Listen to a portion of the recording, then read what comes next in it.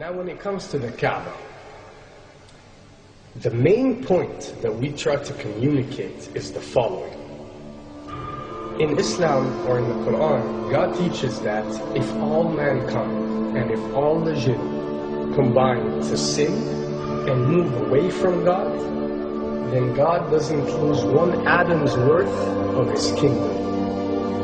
And if mankind and jinn combined to dedicate every second of their life to prayer and to worship of the one God, then God's kingdom doesn't gain one atom's worth as well. What does this philosophy teach you? It teaches you that God is not in need of you, or your practices, or your worships, or your prayers. You are in need of these practices and these worships. You are in need of God and not the other way around. If you can understand that philosophy, then you can appreciate prayers and what they are meant to do, which is basically enlighten you. So when dealing, for example, with the Kabe, Muslims are required to go and perform Hajj one time in their life, and it's one of the 5 pillars of Islam. Growing up, most Muslims accept this, and most of them do it without questioning, and this is the essence of belief, and this is great. But at the same time, this doesn't mean that if you question or research, you're going to come back with negative or bad answers. The opposite is actually true. So when we started researching into the esoteric agendas and we started researching the elite, we found out how much certain type of practices and rituals can affect your lives. So when we went and placed this on Islam, we developed an even deeper respect for this religion and a far deeper respect for God and the Creator of us. So when you go to the Kabe and you circle around it 7 times, the essence of this worship is not that you are worshipping a stone, or that you are worshipping a house, or that you are worshipping a Kabe. The Kabe is merely the focal point, or the centerpiece, that all Muslims have to unite and focus their energy and prayers towards in a practice that is actually worshipping God.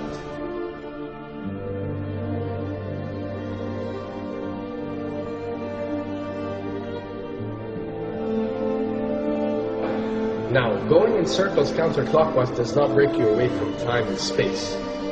But the fact that the energy of the Kabe is the strongest energy on earth and it flows counterclockwise, by you flowing in correlation with this energy, you are uplifting yourself. You are reaching spiritual levels that you rarely do experience anywhere else on earth. And the fact that you got to do it 7 times, and we are taught that there are 7 skies, or 7 samawat, or 7 spiritual planes, then one can discover that each circle breaks you through a spiritual plane spiritually, so you can reach the ultimate state of wisdom and spirituality. Does this mean that only Muslims can reach this level? Does this mean that if you're not Muslim, you give up or you reject this information? Not at all. In essence, any one of you, regardless of what your faith is, if you are dedicating your worship and your journey to the one and only Creator and not anything created, then you are on a righteous path.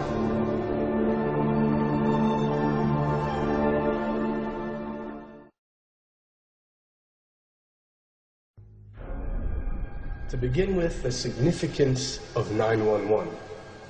What you have to understand, and what we are trying to explain, is that when dealing with extra dimensions, or when dealing with beings from extra dimensions like jinn, for example, or when dealing with the Illuminati, or the elite, or people that follow a certain type of esoteric agendas, although me and you communicate through words and letters, they have chosen a different type of language. And this is a cross-boundary type of language. This is a language that goes across the boundaries, understood by all. And this is the language of numbers and shapes. And this is why whenever you do research about these groups, you'll find out that they practice something called sacred numerology and sacred geometry. What does this mean? It means that each number is given a meaning. Each shape is given a meaning. A meaning is communicated whenever a shape is presented or a number is presented by these specific groups. I'm not talking about random people or random groups. We're talking about specific groups that follow this type of agenda. When numbers are used, it signifies a certain type of meaning. When shapes are used, the same is followed. So, in their definition, in a numerological sense, 10 is the Alpha and the Omega, or the God. 11 is a step above God. 101 is a step above God. 911 or 911 is the skipping of God. It is the ultimate challenge. It is going from number 9, which has a specific meaning, to number 11 without going through 10.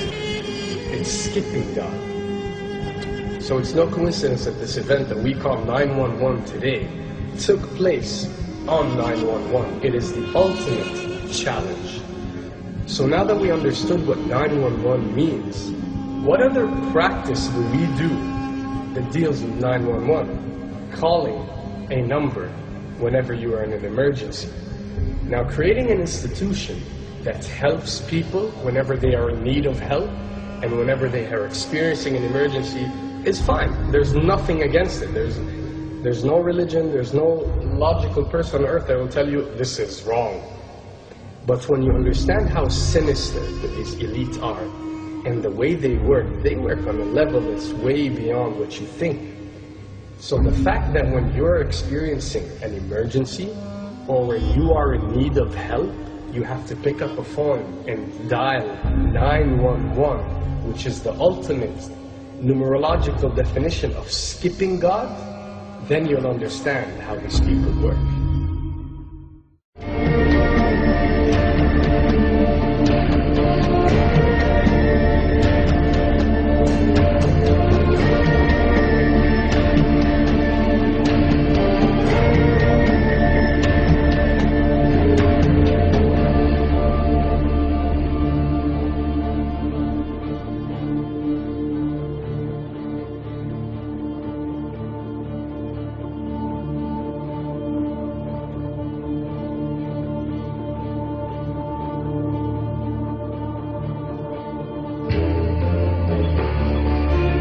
And when dealing with rituals, we recognize that everything adds up. For something to be a ritual, everything has to be in place, everything has to be perfect. And my advice is, if you want to recognize that something is satanic, it has to add up in all sense. The numbers have to add up, the shapes have to add up, the event has to add up, it has to have one general meaning. The pieces of the puzzle fit perfectly. That's when you recognize that something is ritualistic or satanic.